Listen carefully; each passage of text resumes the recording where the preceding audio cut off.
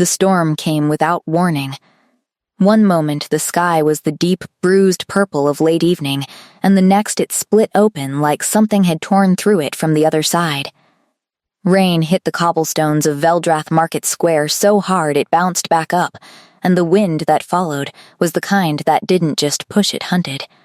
It found the gaps between buttons and the spaces beneath collars and the soft skin behind ears, and it bit down and held on. Mara had 3 copper coins in her pocket, a basket of unsold herbs on her arm, and absolutely nowhere to go. The market stalls collapsed around her in a chaos of snapping canvas and rolling wooden crates. Merchants cursed and grabbed for their inventory. A woman screamed somewhere to her left as an awning tore free and sailed overhead like a wounded bird. Everyone was running. Everyone had somewhere to run to. Mara stood in the middle of it and turned in a slow circle, rain already plastering her dark hair to her face, and tried to think. The inn was 20 minutes east. The infirmary where she worked part-time was further. The small room she rented above the tanner's workshop was in the opposite direction entirely, and the tanner had made it very clear that the key he'd given her was for the room only, not the main building, and that she was not to knock on his door after sundown for any reason whatsoever. Lightning cracked directly overhead. Mara ran. She didn't pick a direction so much as let momentum choose for her, following the fleeing crowd until the crowd thinned and then disappeared entirely, ducking under the overhang of a boarded building, pressing herself against the wood and gasping. The rain was a wall of white noise. She couldn't see more than 10 feet in any direction. Her basket was ruined, the herbs inside already a sodden mess of bruised lavender and dissolved chamomile. 3 copper coins. She pressed her hand over them through the fabric of her pocket anyway, just to feel them there. That was when she heard the horses. She felt them first, actually a deep vibration through the cobblestones beneath her feet that she mistook for thunder. Then the sound caught up. The heavy, rhythmic percussion of hooves, too many to count, moving in formation through the storm as though the storm were nothing, as though rain and lightning and wind were simply weather and not the end of the world.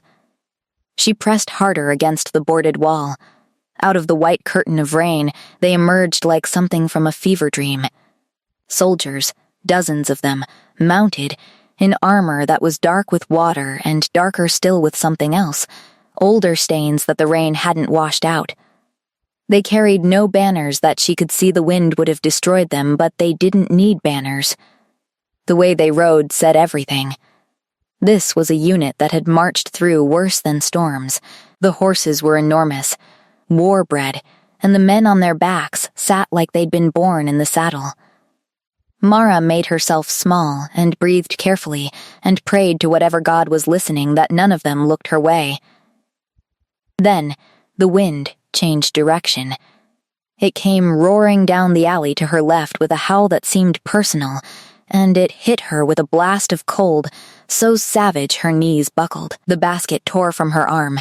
She grabbed for it, missed, stumbled forward off the overhang and directly into the rain, and the cold hit her so completely and so suddenly that for a moment she simply stopped functioning, stopped thinking, stopped calculating, stopped being anything other than a body in a storm.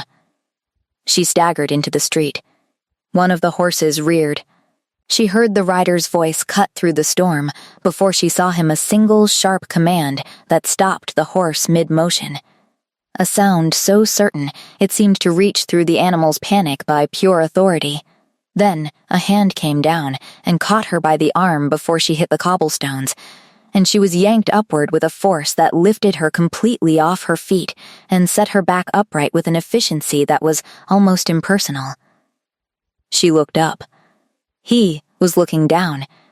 He was the largest man she had ever stood next to. That was her first thought. Unhelpful and irrelevant, but impossible to avoid. He sat on his horse, like the horse was an extension of him, one hand holding the reins with loose, total control, and he was soaking wet, rain streaming down the planes of his face, and he was staring at her with eyes the color of winter fog pale gray and absolutely, completely unreadable. He said something. She couldn't hear it over the storm. She shook her head. He said it again, leaning down, and this time the words reached her. Get out of the road. That was all. Get out of the road. No concern, no warmth, nothing, just a fact being delivered. She was in the road. She should not be in the road. These things were true, and he had stated them. Mara opened her mouth to say something back, she wasn't sure what. Possibly something about the fact that she had nowhere to go. Possibly something about the basket now rolling away into the gutter. Possibly just the specific kind of wordless noise that came out of a person who had been freezing and frightened for 20 minutes and then the lightning hit. Not near them. Not dangerously close. But close enough that the crack of it was simultaneous with the white flash. Close enough that her whole body seized with the shock of it, and she lurched sideways on pure animal instinct directly into the side of his horse. The horse didn't move. Trained for worse, clearly, but the cloak did. It was fastened at his throat, a heavy thing, deep charcoal wool, and the movement of her grabbing for the horse's flank had pulled it sideways, and she had grabbed it without thinking, fisting the fabric in both hands, pressing her face against it, and the smell hit her before anything else wood smoke and cold iron, and something underneath that she couldn't name. Something deep and warm and entirely at odds with the storm and the soldier and the unreadable gray. Eyes. She heard him go completely still. She had, she realized, buried her face in the Alpha King's cloak. She just didn't know that yet. She stayed exactly where she was for 3 full seconds, which was approximately 3 seconds longer than she should have, and then she let go and stepped back, and felt her face go scarlet beneath the rain. Sorry, she said. The word disappeared into the storm immediately. He was still looking at her. Not with anger she'd braced for anger, had a whole apology prepared for anger, but with something else, something that sat behind those pale gray eyes and watched her the way a wolf watches something it hasn't decided about yet. Then he reached down and unclasped the cloak. She stared at him. He held it out. Mara looked at the cloak. Looked at him. The rain chose that moment to intensify, hammering the cobblestones around her feet with renewed conviction, and a cold rivulet ran directly down the back of her neck and resolved the argument her pride was trying to have with her common sense. She took it. It was extraordinarily heavy and warm in a way that seemed impossible given how long he must have been riding through the storm, and when she swung it around her shoulders, the hem dragged on the ground and the collar came up past her ears, and she was enveloped so completely in it that for a moment she forgot she was standing in a flooded market street with a company of soldiers watching her. She looked up. He had already turned his horse. Wait, she said, and immediately wished she hadn't, because he turned back, and those gray eyes found her again with an attention that felt like a hand pressing against her sternum. She held the cloak tighter. You'll be cold. He looked at her for a long, considering moment, and something shifted in his expression. Not quite amusement. Not quite anything she had a name for, but something that suggested she had surprised him in a small and possibly unwelcome way. I've been colder, he said. Then he rode away into the storm, and his soldiers followed, and within 30 seconds the rain had swallowed them entirely, and Mara stood alone in the empty street, wrapped in a stranger's cloak that smelled like wood smoke and something she still couldn't name, and tried to remember how to breathe normally. She kept the cloak.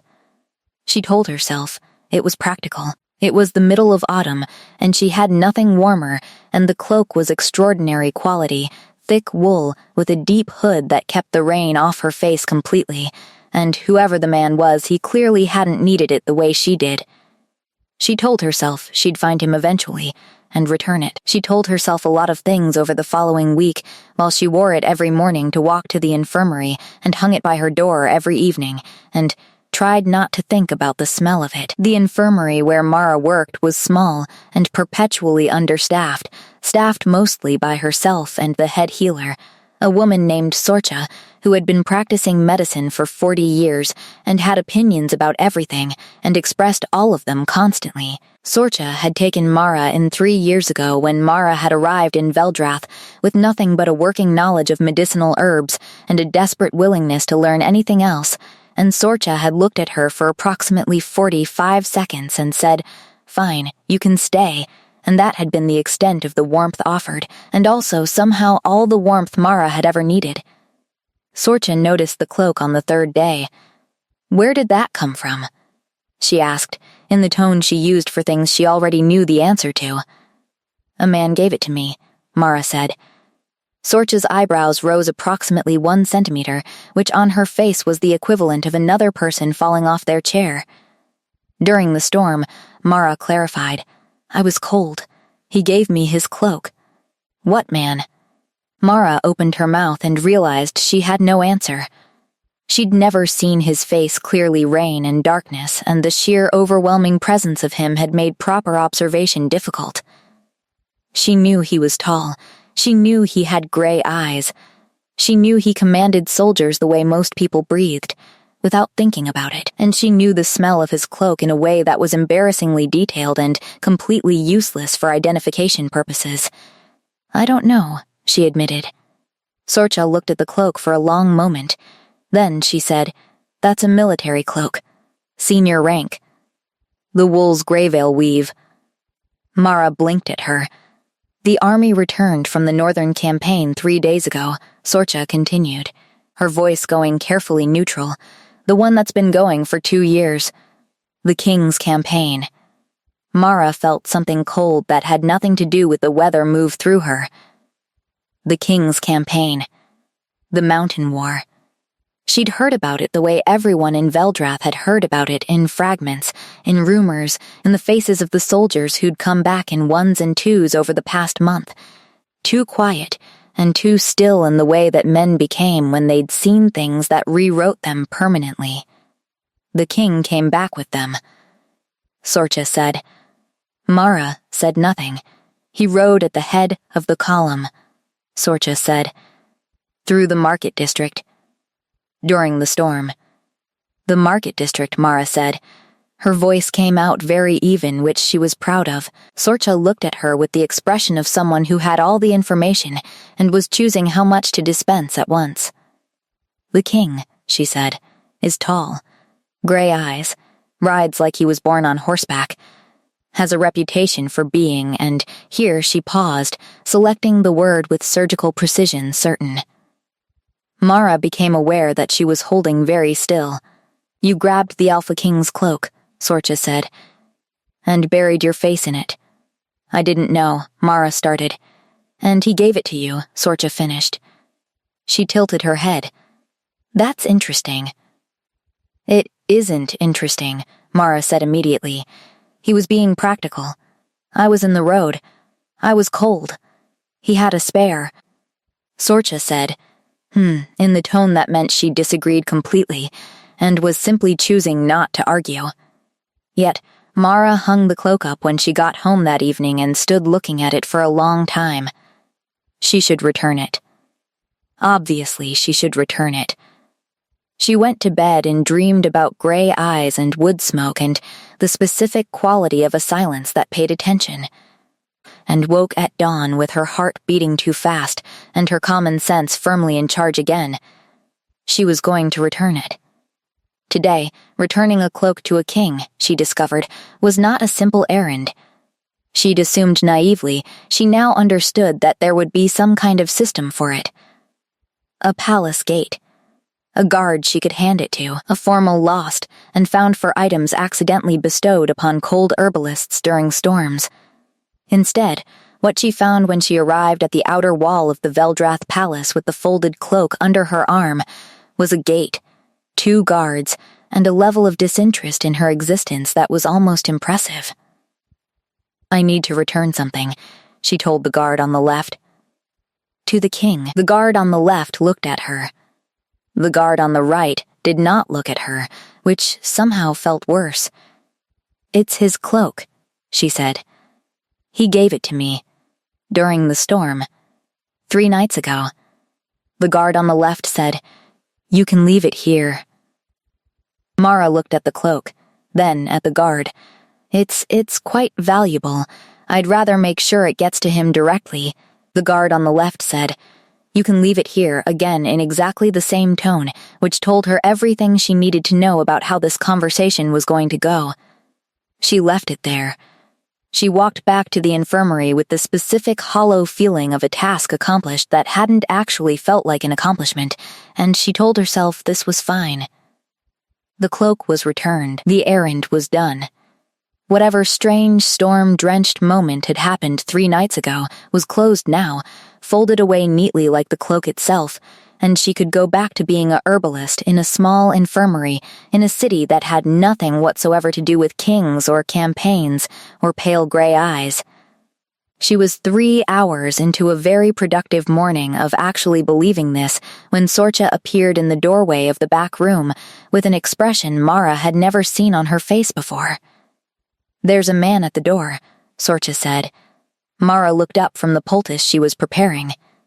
Sorcha said, "He's wearing palace colors." Mara put down the poultice. "He says the king received your returned item," Sorcha continued, "and the king would like to speak with you. Today, at the palace, at midday." The silence that followed lasted approximately 4 seconds. "About the cloak?" Mara asked. "Presumably," Sorcha said, in the tone that meant she thought it was not about the cloak at all. Mara arrived at the palace gate at midday, was met by a man who introduced himself as Cassian, the king's second in command, and was walked through corridors that made her feel like she'd wandered inside a building that had always existed, and always would. Stone floors worn smooth by centuries of feet, high windows letting in pale autumn light, the kind of silence that wasn't empty but full, packed tight with the weight of everything that had happened within these walls. She was brought to a room that was clearly an office, functional and sparse, with maps on one wall and a large desk buried under correspondence, and Cassian said, "Wait here," and left. Mara waited. She looked at the maps. They covered the northern territories, the mountain regions, the borderlands, all the places the army had been for 2 years. There were marks on them in dark ink, troop movements she couldn't fully interpret, and here and there a line drawn so hard the pen had almost torn through the paper. She was close enough to see those lines clearly, and she didn't like what they made her feel, which was the particular sadness of seeing evidence of decisions that cost something. The door opened. She turned, and there he was, and the shock of recognition was immediate and complete, even though she hadn't consciously known what he looked like.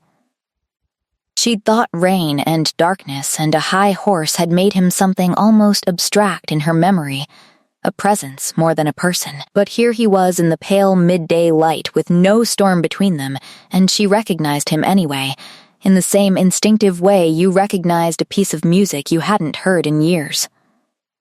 The height, the gray eyes, the quality of attention he directed at a room simply by entering it. He looked at her with the same expression he'd had in the storm, not quite readable, not quite closed. Something behind the gray watching carefully. "You returned the cloak," he said. "Yes," Mara managed. "You gave it to me. I'm aware of what I did," he said. The words weren't unkind exactly, they were just very direct. "I wasn't certain you would return it. Why wouldn't I return it?" Something moved in his eyes, brief and controlled. "Most people," he said, "would consider it a prize. Something to keep." Mara considered this. "It wasn't mine to keep." He looked at her for a moment.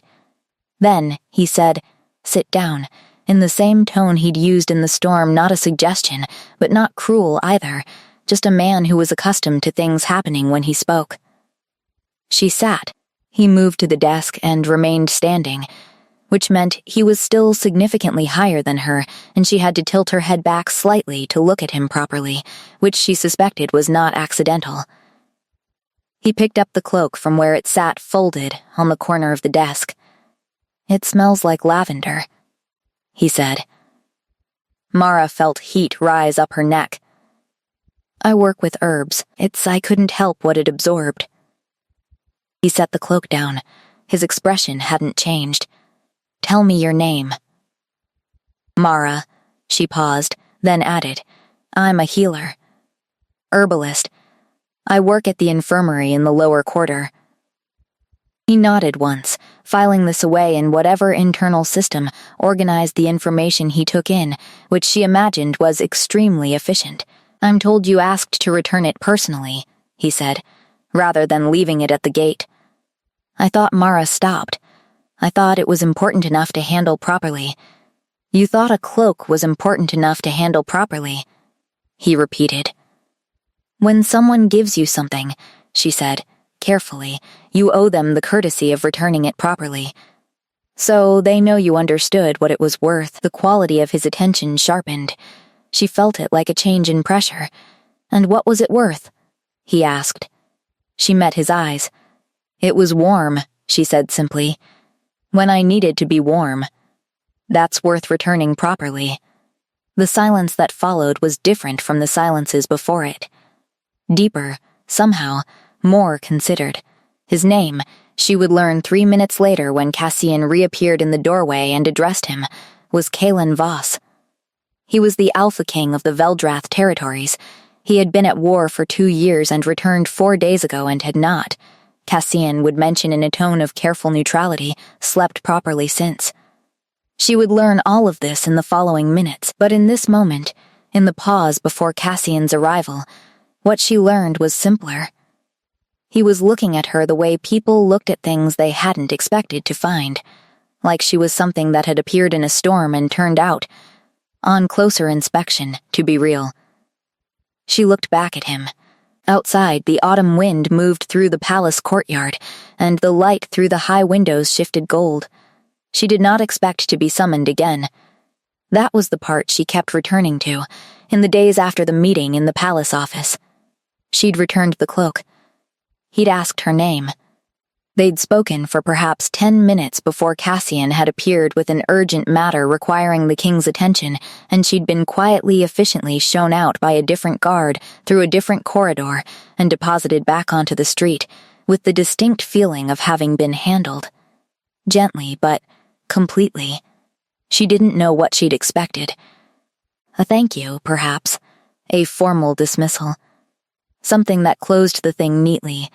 Instead, she got nothing for 4 days, which was almost worse than nothing because nothing with no preceding contact was just nothing.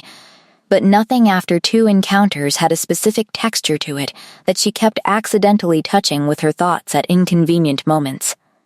During herb preparations. During the night. During conversations with Sorcha, who had developed a talent for going quiet in a way that asked questions without asking them. On the 5th day, Cassian appeared at the infirmary. He had the manner of a man who delivered unusual requests as though they were entirely ordinary, which Mara suspected was a professional skill developed over years of service to someone for whom unusual was simply Tuesday. "The king requests your assistance," Cassian said. "At the palace. This evening." Mara set down the tincture she was measuring. "My assistance with what?" Cassian paused for precisely a beat too long. "A matter of health," he said. "Your expertise as a healer is relevant." Sorcha, who was pretending to organize a shelf across the room and fooling absolutely no one, made a small sound. "What kind of health matter?" Mara asked. Cassian said, "The king will explain." This was, Mara reflected, a very practiced non-answer. She went anyway. She told herself it was professional obligation. A request for a healer's assistance was a request for a healer's assistance, regardless of who was asking. She brought her kit, the practical canvas bag she carried on house calls, filled with the things she'd need for most ordinary ailments. Willow bark, yarrow, valerian tincture, a small pot of wound salve, linen bandaging. She was a professional. This was professional. Cassian brought her to a different part of the palace than before, up 2 flights of stairs and through a corridor that grew quieter with each step, the kind of quiet that existed only in spaces kept deliberately private. He stopped at a heavy door, knocked twice, opened it without waiting for a response, and gestured her inside. She'd been expecting the office again. Instead, she was in what were clearly private quarters, large and firelit. Simpler than she'd anticipated, a warring combination of a man who could have had anything and had chosen function over ornamentation. Weapons on the wall, arranged with the precision of use rather than display. A writing desk with multiple documents spread across it. A window looking out onto the palace courtyard, currently dark and rain-washed. And by the window, Kalen Voss, standing with his back to her, looking at nothing she could see. He didn't turn when she entered. Cassian left. The fire crackled. Mara stood in the center of the room with her kit at her side and waited, because she was beginning to understand that he did things in his own time, and the interval wasn't rudeness, but something else, the pause of a man who had learned to be careful about what he said before he said it. He turned eventually, and what she saw stopped the professional assessment she'd been preparing. He looked exhausted in a way that went deeper than tired. She'd seen it occasionally in long-term patients, that particular excavation that happened when the body had been fighting something for too long. The shadows beneath his eyes were severe. The lines of his face were sharper than she remembered. He was still utterly composed. She suspected he was composed in his sleep, or would be if he were sleeping, but beneath the composure there was something strained. He looked at her with the gray eyes that she'd been trying not to think about, and said, without preamble, "I don't sleep." Mara kept her expression neutral. "How long?" "Since we returned." His voice was evened. Before that, at intervals, during the campaign. But since returning, it's been consistent. Consistent meaning what? Meaning I don't sleep. His jaw tightened slightly. Or when I do, it doesn't last. Something brings me back. Something, she said. Or somewhere. He looked at her, sharp and assessing. What do you mean by that? She chose her words carefully. Sometimes sleeplessness isn't just the body refusing rest. Sometimes it's the mind refusing to go somewhere it associates with difficulty. His expression didn't change. But something in the room did, a subtle shift in the quality of his stillness that told her she'd touched something true. She moved to the chair nearest the fire and set her kit on the side table and opened it with the efficient, unhurried movements she used with patients who were close to the edge of their tolerance, no sudden gestures, no urgency, nothing that would tip the balance wrong. "Do you have a preference for how we approach this?" she asked. "I can offer something to help the body relax, though for something this established it may only be partial. Or we can talk through what happens when you try to sleep." He said nothing for a moment. Then he moved to the chair across from hers and sat, and the act of sitting, the simple physical concession of it, told her more than anything he'd said. He was tired enough to try something he would not have tried if he had any other option. "Talk first," he said. "Then we'll see about the herbs." She nodded. "Tell me what happens." His hands rested on the arms of the chair. The fire caught the angles of his face and cast the rest in shadow. "The war," he said after a moment. "I see the war. People I couldn't," he stopped. "People who were lost." Guilt, she thought, but didn't say. Not yet. "When did it start?" "The night we made camp after the final battle," he said. "I closed my eyes and I was back there, and every time since then." "Every time," she said. "Not sometimes. Every time." She kept her hands relaxed in her lap and her voice level, and her expression the particular kind of quiet that she'd learned invited people to keep going. The expression that said, "I'm listening, and I won't make this harder than it already is." He talked. Not much. Not at first, fragments, edges, the shapes of things without the full weight of them, but he talked, and the fire burned lower. And somewhere in the third careful hour of it, in the middle of a sentence about something that had gone wrong in the third week of the mountain campaign, his voice slowed, and his head tipped forward, and Mara realized, with a start, that he was asleep. She sat very still. The king of the Veldrath territories was asleep in the chair across from her, his hands loose on the armrests, his breathing evening out slowly into something deep and genuine and exhausted. She reached out very carefully and drew the blanket from the back of the chair and settled it around his shoulders and told herself this was a professional accomplishment and not anything else. She almost convinced herself. She stayed until dawn in case he woke. He slept for 4 hours. When he woke, he looked at her across the firelit room and said nothing for a long moment. Then, quietly, "Come back tomorrow." It was not a request.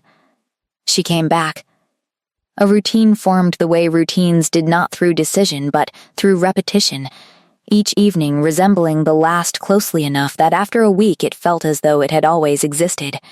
She arrived at the palace after the infirmary closed, was met at the gate now without question, the guards having apparently been informed that she was expected.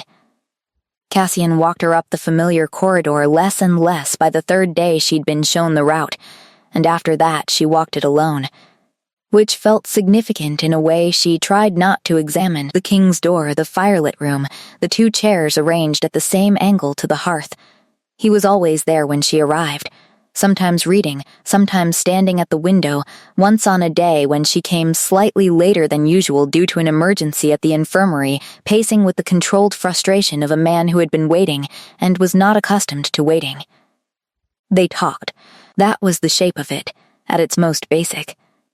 She asked questions in the careful, unhurried way she'd learned worked with him, and he answered in the measured, halting way of someone not accustomed to answering, and occasionally the direction reversed and he asked her things about the infirmary, about her work. Once about where she'd come from, and whether she had family in Veldrath. No, she'd told him, "I came here alone." He'd looked at her with something in his expression she hadn't been able to name. "From where?" he'd asked. She'd told him about the village 3 days east, the one she'd left at 17 with a basket of herbs and a very clear sense that she needed to be somewhere that didn't already have a fixed idea of who she was. He'd listened without speaking until she'd finished, and then he'd said, simply, "That takes courage." And she'd had to look away from the fire for a moment because the way he said it made it feel true rather than complimentary. And he slept. Not every night. Not without difficulty. Some nights he woke within the hour, grave-faced and tightly controlled, and she would talk again. Or stay quietly present, or on the 3rd week when it was very bad, she asked if she could try something. He'd looked at her with the careful attention that she'd stopped finding unnerving, because it was simply how he looked at things. "Try what?" he asked. She'd taken a small sachet of herbs from her kit, chamomile and valerian and one other thing, dried and powdered, that Sorcha had called by an old name and pressed into Mara's hands without explanation, and she'd asked if she could hold it near him while he tried to sleep. "That's unusual medicine," he said. "It's old medicine," she said. Sorcha says scent-based compounds work on the body's deeper instincts. I'd rather try something gentle before anything stronger. He'd allowed it. He'd slept for 6 hours. When he woke, he'd looked at the small sachet in her hand and then at her face and said nothing at all. But the next evening when she arrived, there was a second chair at the hearth, positioned close, and a blanket on it, which was the equivalent, she was learning, of most people offering a lengthy verbal welcome. She learned him in pieces. That he read obsessively. There were books stacked everywhere, histories mostly, military theory, occasionally something she didn't expect, a collection of old folk stories from the mountain territories, which she found on the desk one evening and picked up before she thought about it. He said, "From across the room, those are from the borderlands, from the villages there." She turned a page carefully. "They're beautiful." He was quiet for a moment. "They're from the people we were fighting to protect." He paused. "I read them to remember what it was for." She held the book a little more carefully after that. She learned that he had a scar along his left forearm that he never mentioned, a long one, silver and old, and that when he was thinking hard about something his left hand went to it without him seeming to notice. She learned that he had something approaching a sense of humor in the very dry, oblique way of a man who had not exercised it in a long time and was surprised to find it still operational. She learned that he was easier after the first hour of the evening, when whatever the day had required of him had been set down, and he was just himself in a room with a fire. She learned that herself was different from the king who commanded rooms by entering them. Quieter, more careful. Younger, somehow, or not younger but less armored. She tried not to learn these things. She was not entirely successful. On a night in the third week, he said, "Why do you think it works?" She looked up from the small task she'd given her hands reordering her kit, which didn't need reordering but gave her something to do with the part of her that needed doing. "Why does what work?" she asked, though she knew. "This," he said, "the sleeping." He turned his head toward her from his position in the chair. "I have tried remedies from 3 different healers. My own methods. I have made myself stay awake for days in the hope that exhaustion would override whatever is happening." He paused. Nothing worked. "You sit in a room with me, and it works." She chose her words with the care she was learning to apply to most things involving him. "I think sometimes when something terrible has happened, the mind keeps a kind of watch. It doesn't feel safe enough to go under completely."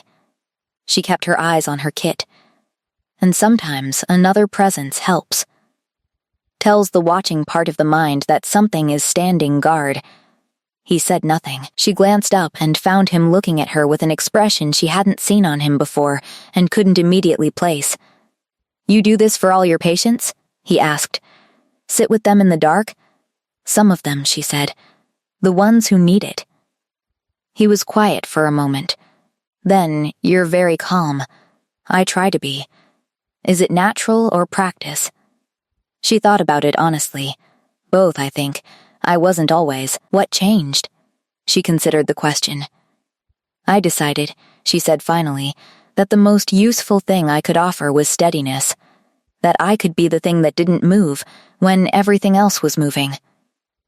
He looked at her with the pale gray eyes she had stopped pretending she didn't notice and said, quietly and with a weight that she felt in her sternum, "That is not a small thing to be." She had to look back at her kit. The fire burned. Outside the window, the first frost of the season was settling on the palace courtyard, turning the cobblestones silver. She stayed until he slept. She went home through the frosted streets at midnight and told herself the warmth in her chest was just the walk. Sorcha said nothing for an entire week. This was unprecedented. Sorcha had opinions about weather and patient compliance, and the correct way to dry herbs, and the political situation in the Eastern Territories, and the precise ratio of honey to willow bark in a fever remedy, and she expressed all of these opinions freely and without invitation.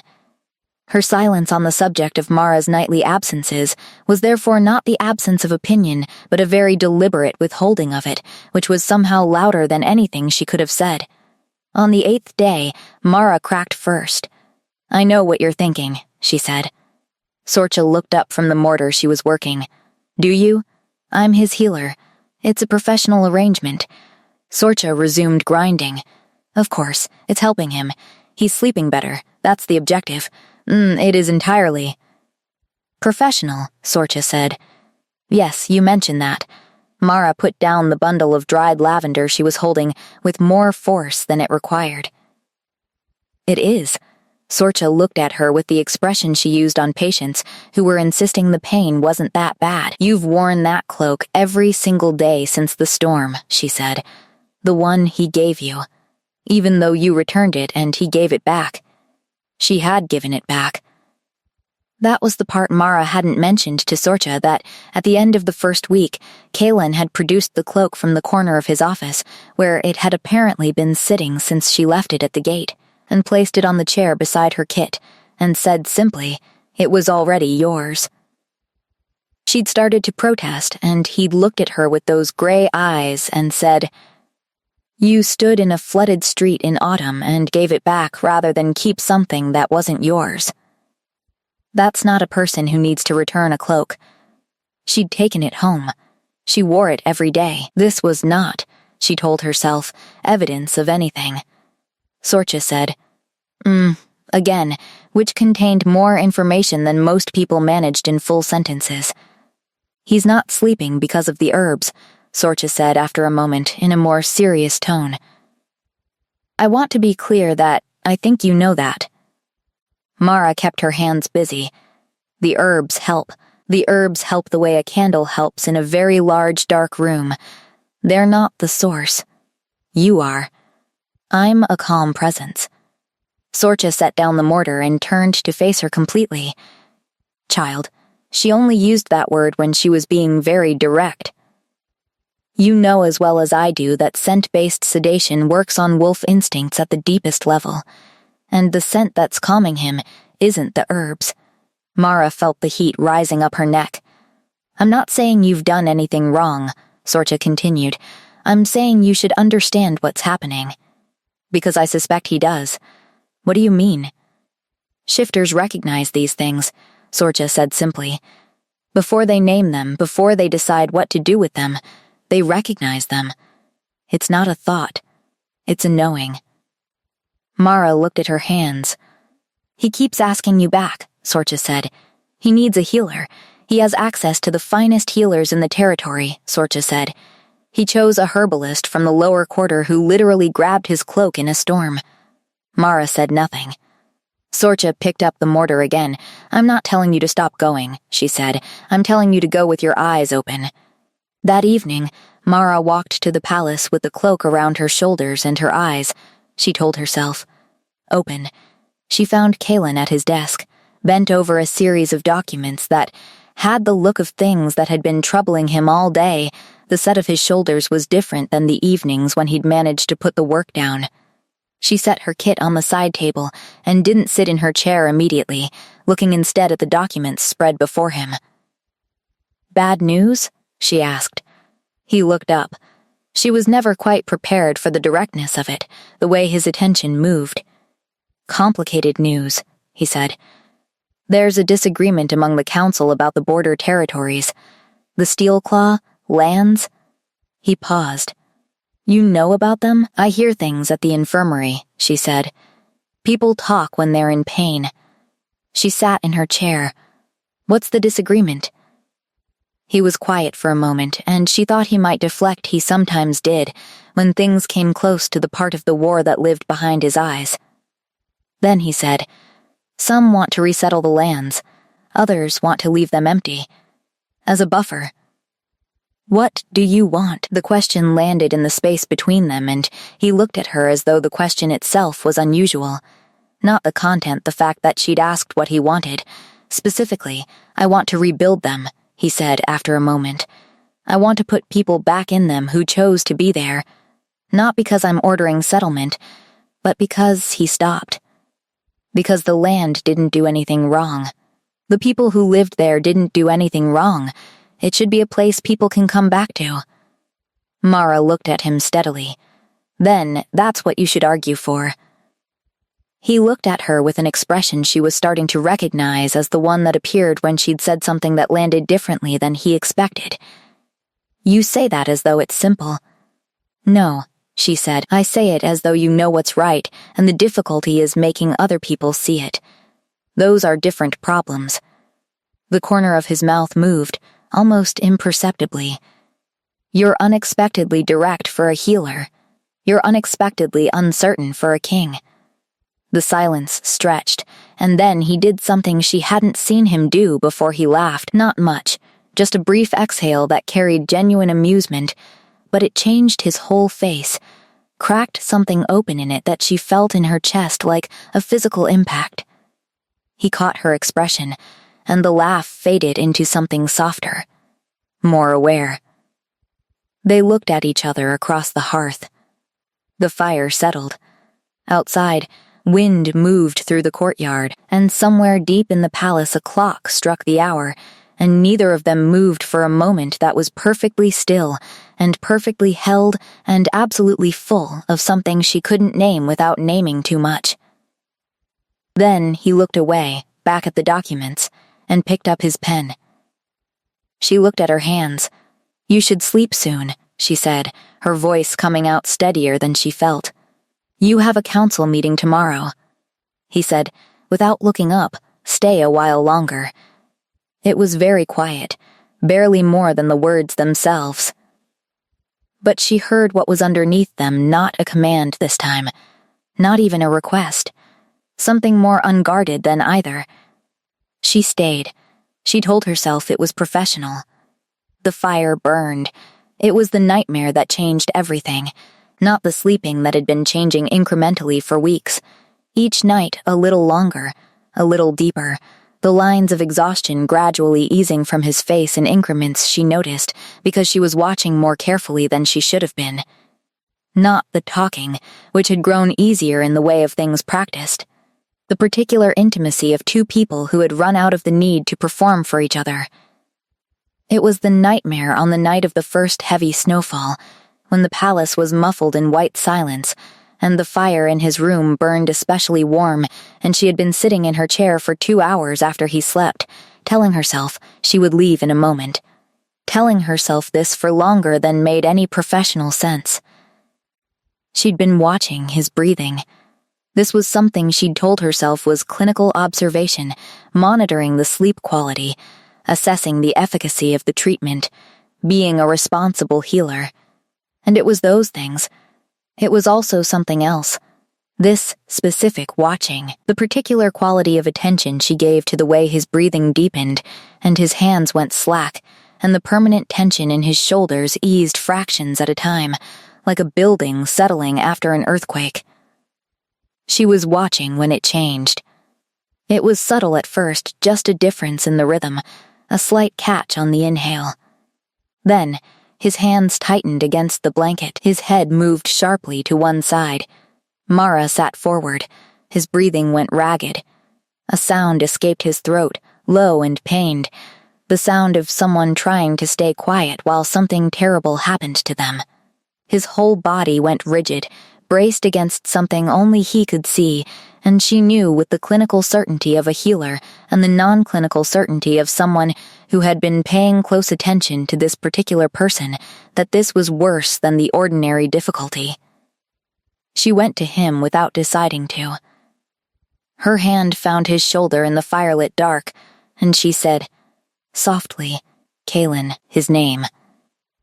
She'd been careful about that, using the title, maintaining the formal distance that reminded her what this was and what it wasn't.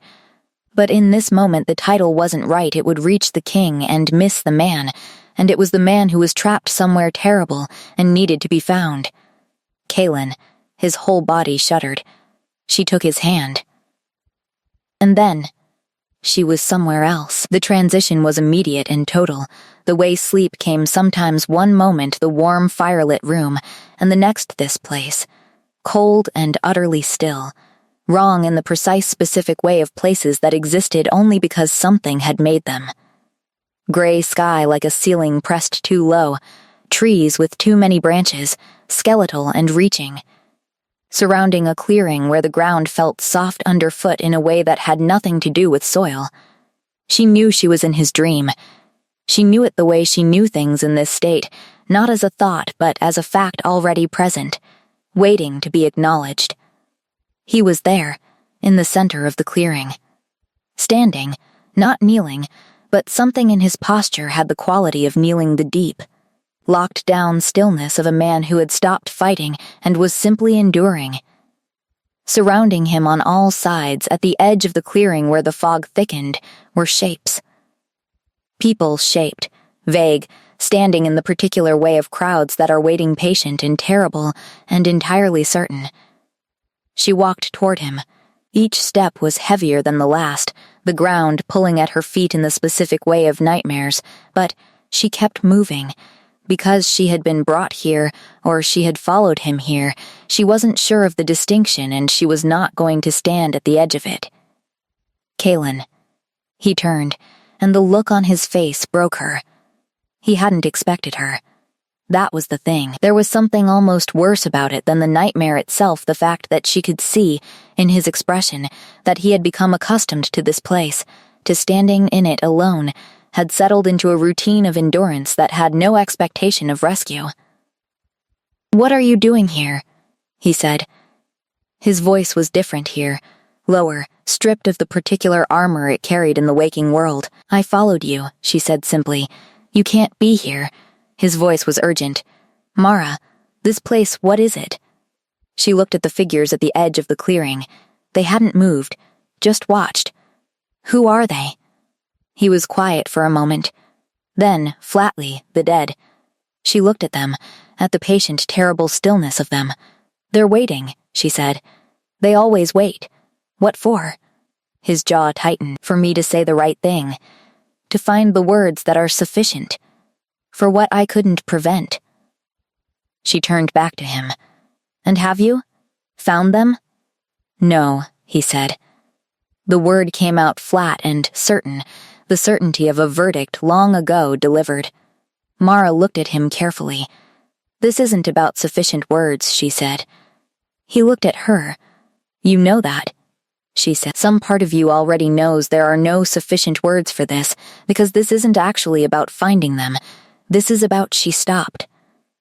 She was looking at his hands, the way they were clenched at his sides, and she was thinking about what Sorcha had said. "You can't save someone who doesn't want to be saved. He believes he deserves to stand here," she realized. That's the curse. Not a witch's magic, his own certainty. She moved to him and took both his hands in hers. He looked down at their joined hands, and then up at her face with an expression that was beyond complicated, layered in a way that would have taken her a long time to read if she hadn't spent weeks learning the language of his expressions. "You didn't kill them," she said. "They died in a war you were trying to end. I gave the orders. You gave orders to protect thousands of others," she said steadily. "The ones who are alive.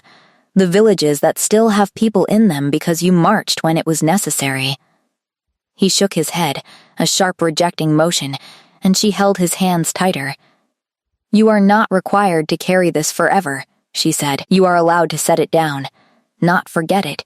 Not pretend it didn't happen. But set it down and still be standing." He was looking at her with that raw, stripped expression, the one she'd seen sometimes in the chair by the fire at 3 a.m, and she felt through their joined hands the trembling in his that he was holding very carefully still. "Grief is not debt," she said quietly. "You cannot pay it off by suffering." The fog pressed in from all sides. The figures at the edge of the clearing moved, just slightly, a collective shift, and she felt rather than heard the low sound that moved through them, not accusation, but something else, something sadder and more human. She squeezed his hands. "Let them go," she said. "They don't need your suffering. They needed to be remembered, so remember them. But let them go." For a long moment the clearing was absolutely still. Then Kalen's hands gripped hers, hard and certain, and he exhaled a single deep shaking breath, and the fog began to thin. She woke in the chair beside his bed with her hand wrapped around his and her heart beating very fast, and the fire burned nearly to embers. He was awake. He was looking at her. Neither of them said anything. After a long moment, he turned her hand over in his, tracing a line across her palm with his thumb not exploring, just touching, the gesture of someone who needed to confirm that something was real. "You were there," he said.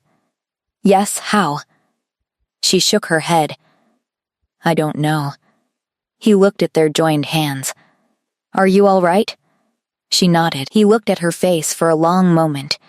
The gray eyes holding something she finally let herself name, not just gratitude, not just relief, something deeper and older and more permanent than either.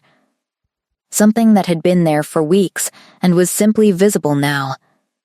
He lifted her hand and pressed his mouth to her knuckles, once, a gesture that was formal and utterly devastating at once. "Stay," he said. It was barely a sound. She stayed. Morning came soft and pale through the high windows, the particular thin gold of early winter light, and Mara woke to the sound of the fire being stoked. She was in the chair. Her neck ached and her legs were tucked beneath her in a position that would make itself known later, and the blanket that she had not placed over herself was settled around her shoulders with a care that made her close her eyes again for a moment before opening them. Kalen was crouched by the hearth, adding wood, his back to her, and he'd already dressed simple clothes, no armor, just dark wool and practicality, and in the early light, in the quiet, he looked like a version of himself that she thought perhaps not many people saw. She watched him. He knew she was awake. She could tell by the slight adjustment in his posture, the way a person's body acknowledged an audience without turning to face it. He finished with the fire and stood, and then he turned, and their eyes met across the small, warm distance of the room. "Good morning," he said. "Good morning." He moved to the desk and poured water from the carafe there into a cup and brought it to her, and she took it with hands that were still slightly cold and watched him pull the chair across from hers closer to the fire and sit in it with the unhurried ease of someone who had nowhere else to be just yet. "How is your neck?" he asked. She tilted it experimentally. "Fine." She paused. "Mostly fine."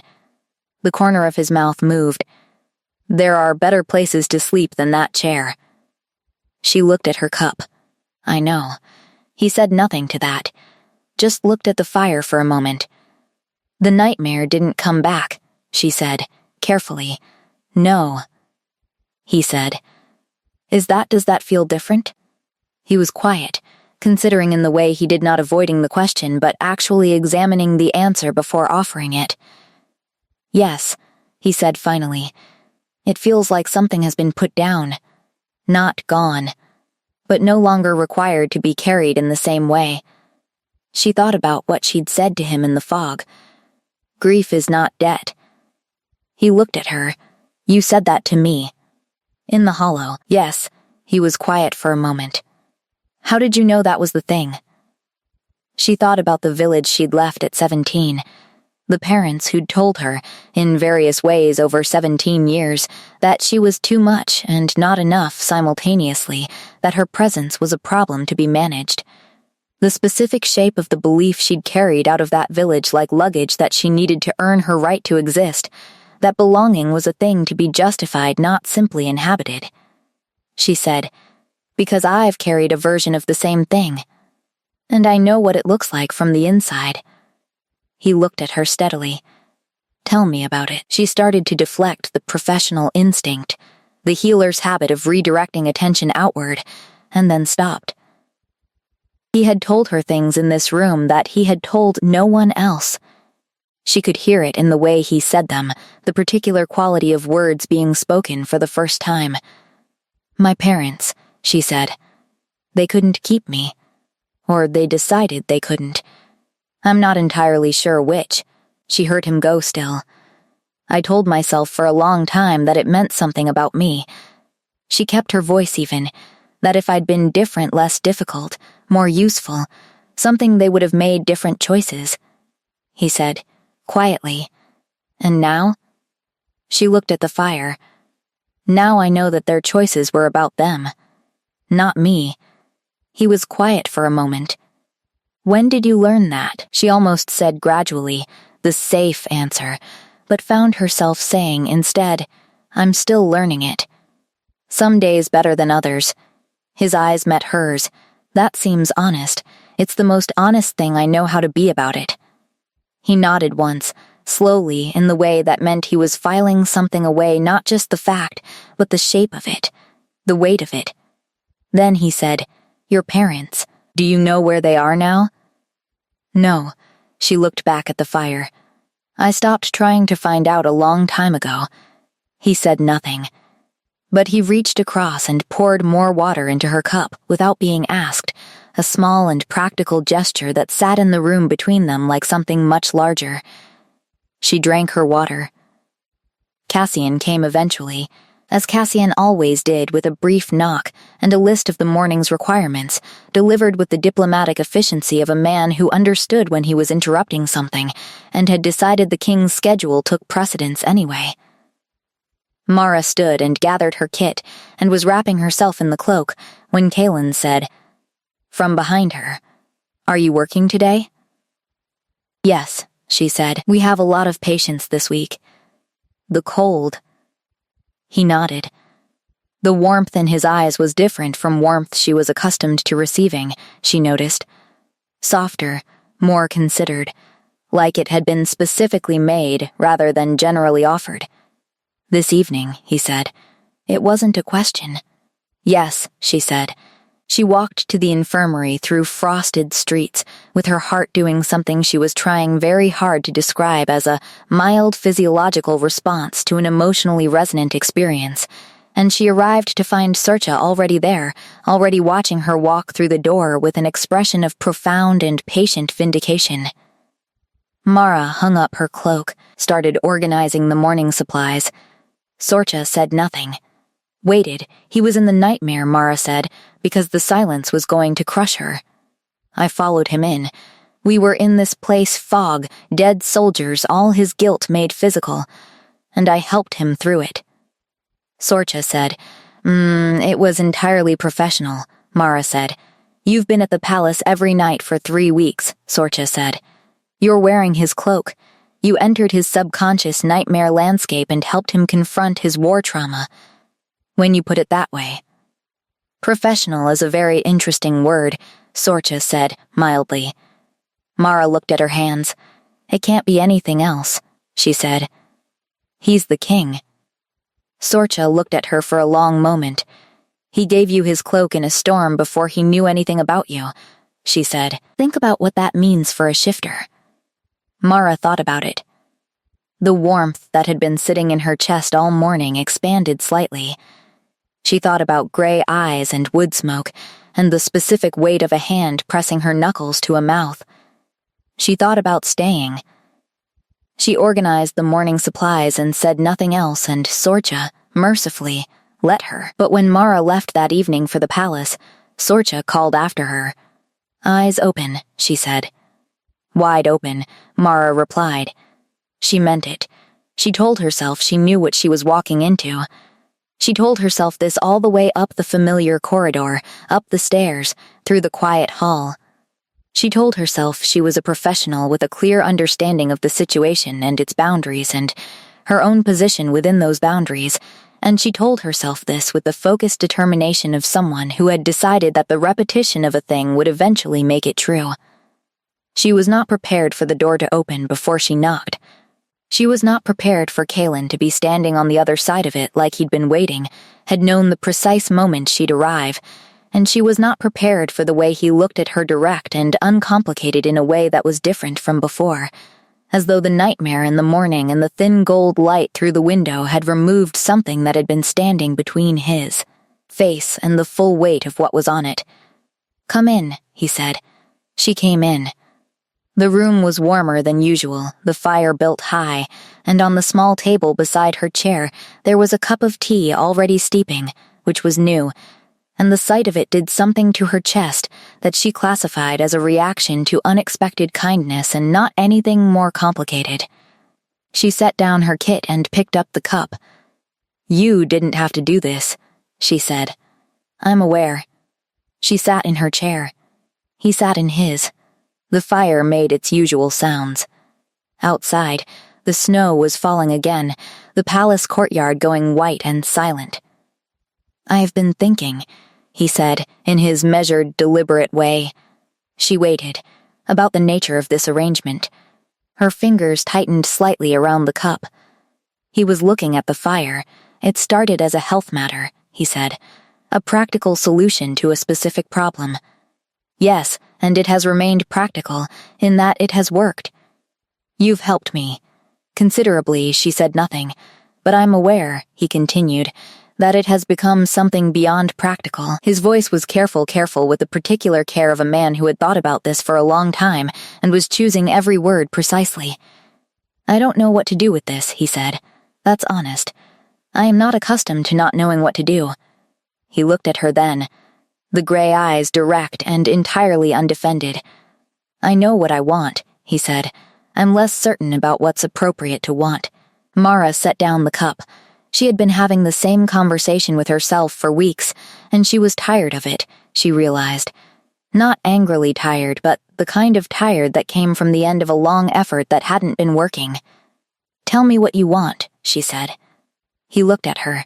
"Not what's appropriate," she said. "What you want." A muscle moved in his jaw. "You," he said. Quite simply, "You," she breathed. "I know that's. Can I tell you something?" She interrupted. He stopped. She said, "I came to this city 6 years ago with nothing. I have built something here, a skill, a place, a person I can stand to be." She looked at her hands in her lap. "For most of that time, I have been very careful. About what I hope for, about what I allow myself to reach toward." He was very still, because reaching for things that seemed too large and having them not come through, she started again. "I learned early that the safest thing was not to want too much." She looked up at him. "And I have spent 3 weeks telling myself that this is professional and contained and entirely defined by its boundaries," and she shook her head slightly. "I don't believe that anymore." His eyes held hers. "I am frightened," she said honestly. "That doesn't mean I'm wrong about what I feel. I just wanted you to know both things." He crossed the space between them in 2 strides she hadn't seen him move and knelt before her chair, the gesture of it startling and oddly formal, like a man making something official. His hands found hers. "I'm frightened too," he said quietly. He looked at their joined hands. "I have been afraid of many things in my life, and managed all of them through will and strategy." He looked up at her. "This is not a thing that yields to strategy." "No," she agreed. He said, "You followed me into the worst place I have ever been, and you were not afraid of it. You were afraid of reaching for something good." The accuracy of that sat in her chest like a small stone. "There is something wrong with that," he said, gently. "You should be allowed to reach." Mara felt the pressure behind her eyes that she was absolutely not going to give in to, because she was a professional, and she was in the king's quarters, and she had her dignity, and then his thumb moved across her knuckles in the same gesture as the night before, soft and certain, and she stopped negotiating with herself. She leaned forward and rested her forehead against his. He went perfectly still beneath that contact, and then his hands tightened around hers, and she felt in that tightening the full weight of what he didn't say, the weeks of evenings, and the fire and the nightmare, and the morning with pale light through the window, and the cup of tea already steeping when she arrived. They stayed like that for a long moment, foreheads together, the fire warm around them, the snow falling beyond the window. Then she lifted her head and looked at him. He looked back. She kissed him. She had imagined this approximately more times than was professionally defensible, and the reality was simultaneously exactly what she'd imagined, and nothing like it at all. His hands moved to her face with a gentleness that didn't belong on hands that had held swords, and he kissed her back with the focused, unhurried certainty he brought to everything. Like there was nowhere else to be and nothing more important, and she understood in that moment why people wrote stories about this, not the romance exactly, but the specific relief of something true being acknowledged after a long time of being almost true. He pulled back after a moment and looked at her with the gray eyes that she had known from a storm. "Stay," he said. She had been staying for weeks. "Yes," she said, and meant it differently than all the times before. The council found out the way councils always found out, not through any single revelation but through the accumulated weight of small observations made by attentive people. A healer arriving at the palace every evening for 6 weeks. A guard who mentioned to another guard, who mentioned to an aide that the king's chambers had stopped requiring the midnight wellness checks that had apparently been standard protocol for the past year. A change in the king himself present, where before he had been distant, his attention in meetings sharp, rather than the controlled blankness she'd heard described by several people as the expression he wore when he was running on nothing but discipline and determination. Corbin, the king's head advisor, managed to corner her on a Tuesday morning while she was waiting in the outer corridor for a scheduled discussion with Cassian about the ongoing sleep treatment they'd been keeping formal documentation. Her idea, a record of progress that could inform future cases. Corbin was a compact, precise man with the manner of someone who had spent years managing large, complicated situations and had developed very efficient methods for identifying the variables. He looked at her for a moment in the way of a man completing a calculation. "You're the herbalist," he said. "Yes, the one from the storm." "Yes," he nodded once, slowly, like a piece of information had settled into its correct position. "The king is sleeping," he said. "He is. For the first time in a year and a half." "Yes, another moment. I imagine that required more than herbs." She met his eyes. She wasn't going to lie to the king's head advisor, and she wasn't going to explain herself to him either. "That's a matter between myself and my patient," she said. He looked at her for a long moment. Then he said, "Good," and walked away. Cassian, who had heard this exchange from 6 feet away, waited until Corbin had turned the corner and said, "That went well." Mara breathed out. The formal council, she learned later, was a more complicated story. The king was not supposed to form bonds outside of very specific parameters, bloodlines, alliances, political utility. This had been the system for generations, the mechanism by which the ruler of the Veldrath territories maintained the complex web of loyalty among the noble houses. She understood this. She'd understood it abstractly since Sorcha had first pointed out that she was an herbalist from the lower quarter, and she'd understood it with much more specific clarity since the arrangement had become something other than an arrangement. She said as much to Kaelin 2 nights after the first kiss, when they were sitting by the fire and she had been quiet for long enough that he'd looked up from his reading and said, "What are you thinking?" in the tone that meant he already suspected it wasn't small. "About the council," she said. "About what this means for them. About what it means for you," he said.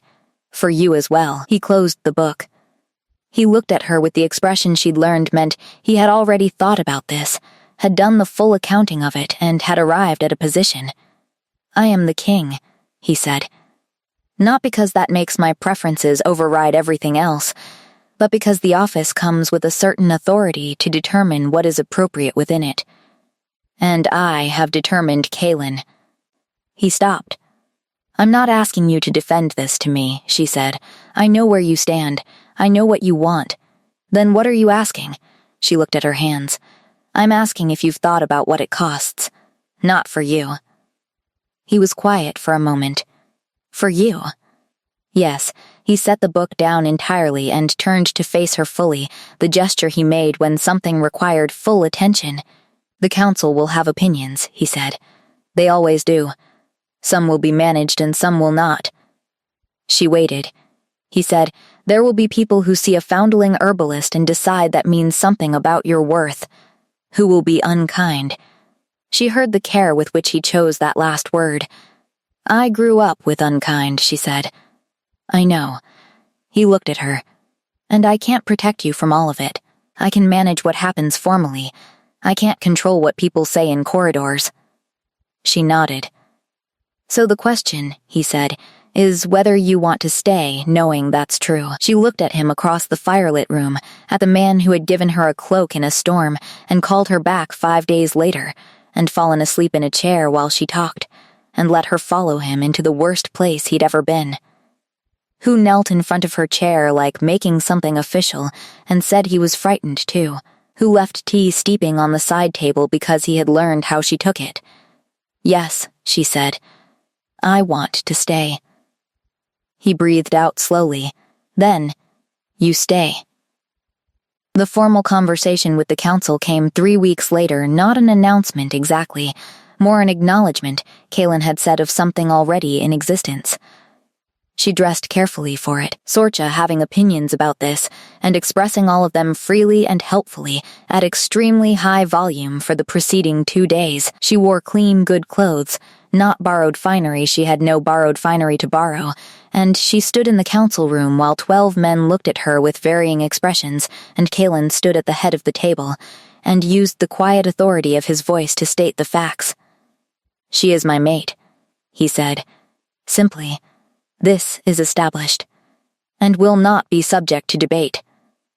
There was a silence. One counselor, Brannon, she'd learn later, perpetually contentious, said, "With respect, Your Majesty, the question of appropriate I am the king," Kaelin said, with a pleasantness that was entirely a weapon. "The question of appropriate is mine to answer." Another silence. "She is a healer," Kaelin continued. "She has saved my life. Not through combat or political maneuver, but through the specific skills she has spent years developing." He looked at the room with the pale gray eyes that she could read now, and the council apparently could also read, because no one spoke. "You will treat her accordingly." Brannon opened his mouth once more.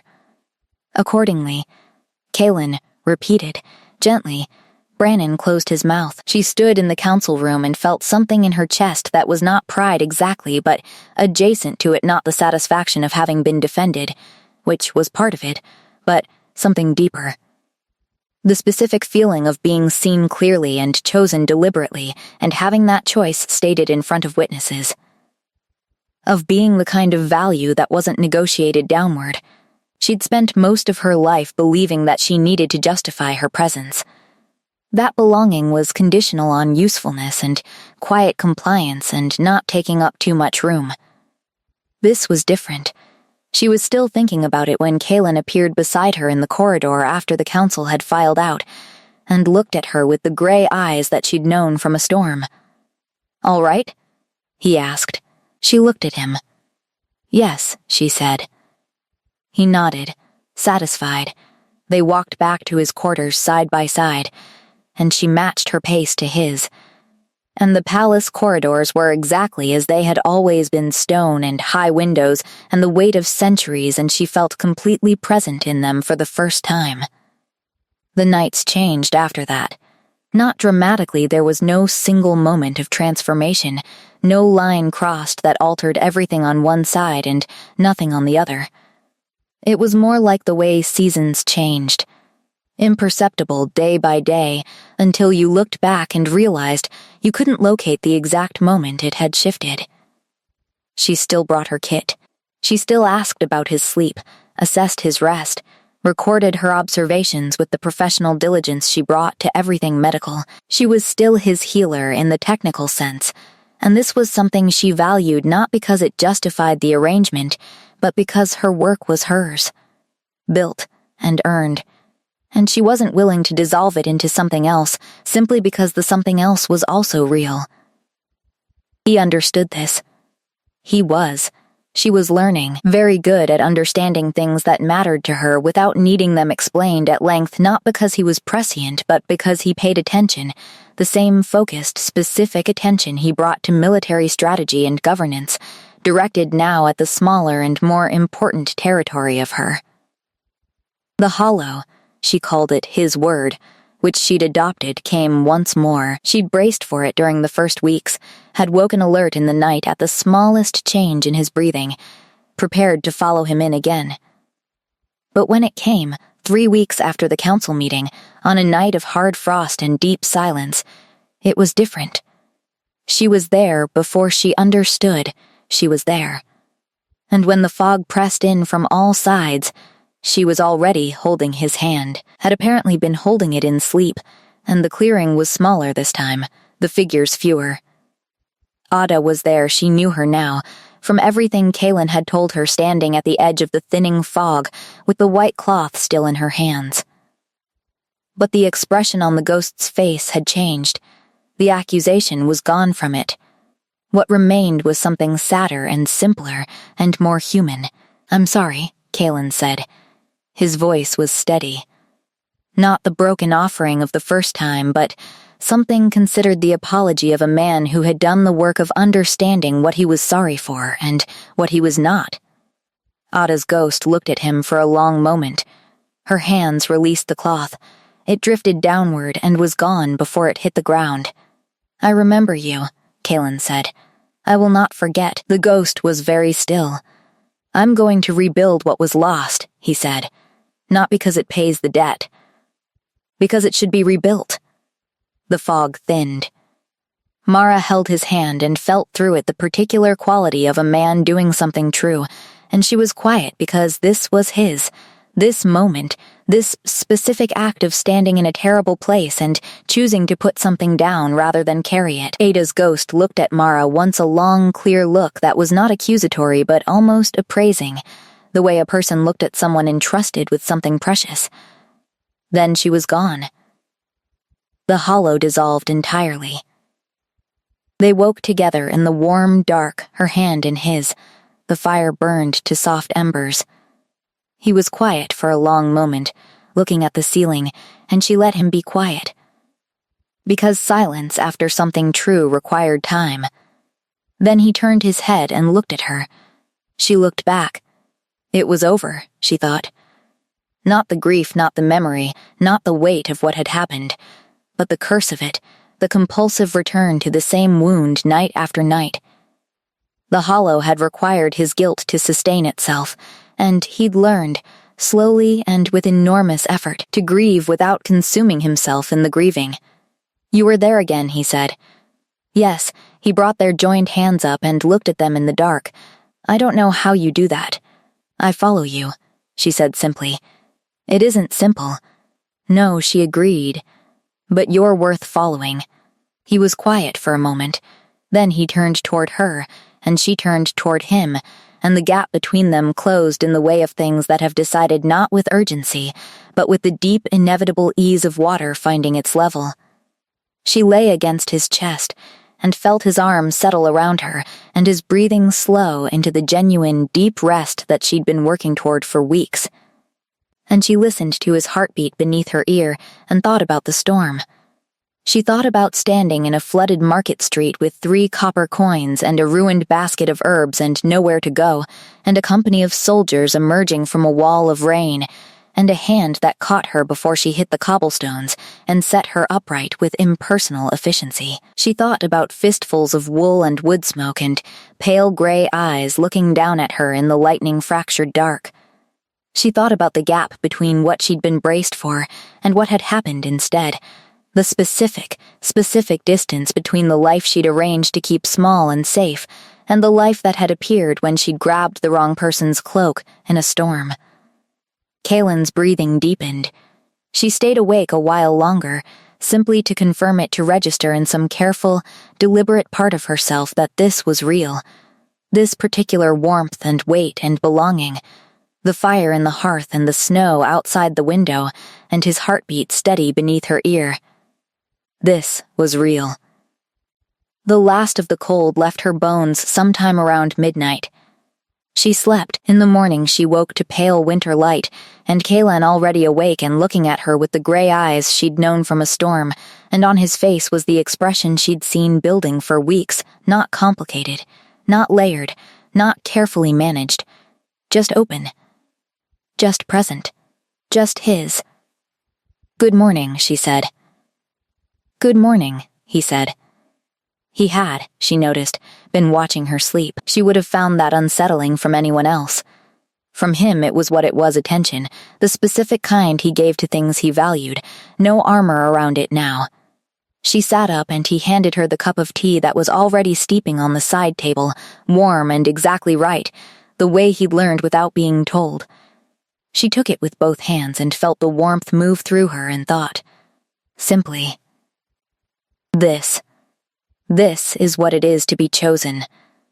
This is what it is to stay." The winter light came through the high windows of the palace and lay gold across the stone floor, and beyond the window the courtyard was covered in clean white snow, and the city of Veldrath was waking, and somewhere in the lower quarter the infirmary was opening for the day, and Sorcha was grinding herbs and having opinions about everything.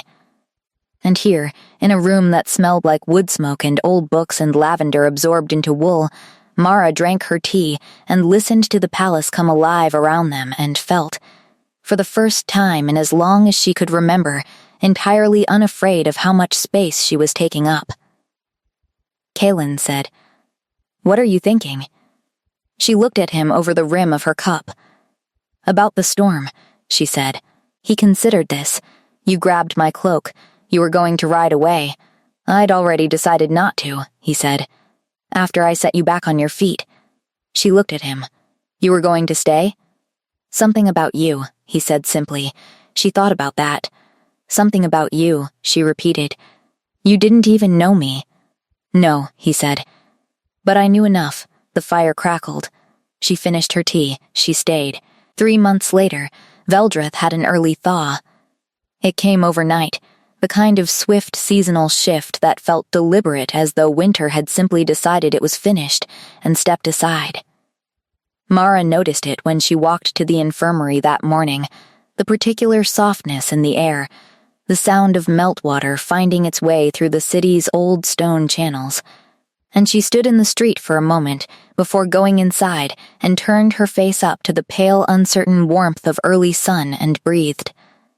The city was the same city it had always been. The cobblestones under her feet, the market square where stalls were beginning to reopen after the winter quiet, the smell of bread from the bakery 2 streets over, the lower quarter with its practical, unhurried pace. The infirmary, small and perpetually understaffed, the door she'd walked through 1,000 times. She was the same person she had always been.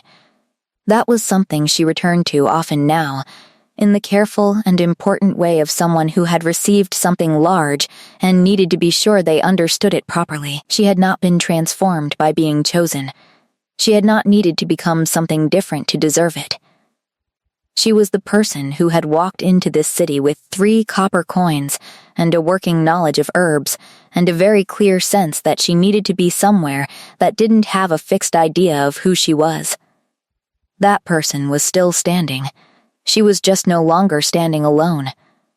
Inside the infirmary, Sorcha was at the workbench, and she looked up when Mara came in and looked at her face for a moment, and then looked back at her work.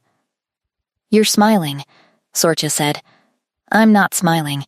You're doing the thing with your face where you try not to smile and fail completely." Mara hung up her cloak. She was still wearing his cloak, the storm cloak, the one he'd given her in a flooded market street when she was no one and he was coming back from a war. She suspected she would wear it for a very long time. Sorcha said, "Without looking up, the council approved the border territory resettlement plan yesterday." Mara went still. "He argued for it himself," Sorcha continued. "In full session, I heard from Corbin's assistant, who heard from Brannon's secretary, which is how I hear everything worth knowing." Mara looked at the workbench. "He's going back to the borderlands next month," Sorcha said, still in the same conversational tone. "A formal visit. To begin the process. She'd known this was coming. He'd talked about it, in the way he talked about things that mattered to him carefully, with the full weight of his consideration given to every part of it. The borderlands. The villages. The people Ragnar had claimed to be protecting and had instead simply weaponized. He wanted to go back and see what could be rebuilt, what could be returned to something livable. "Are you going with him?" Sorcha asked. "Yes," Mara said. Sorcha nodded once, the small, confirmed nod of a woman whose model of the world had just been validated. Good. Mara moved to the preparation bench and began organizing the morning's work, the ordinary, important, daily work of a healer in a city where people caught colds and sprained ankles and needed someone to sit with them in the hard parts and be steady when everything else moved. She thought about the borderlands, about standing in villages that had been through something terrible and still being standing. She thought about her kit and her herbs and the specific thing she was good at, which was not fixing things she'd never been under the illusion that she fixed things, but staying present through the difficulty and being the thing that didn't move. She thought about the storm, about how everything had come from the storm, in the end. 3 copper coins and a ruined basket and nowhere to go, and she'd grabbed the wrong cloak in the dark and found herself inside something she hadn't been looking for. Hadn't let herself look for. Sorcha said, "Mara, you're smiling again." She was. She didn't stop.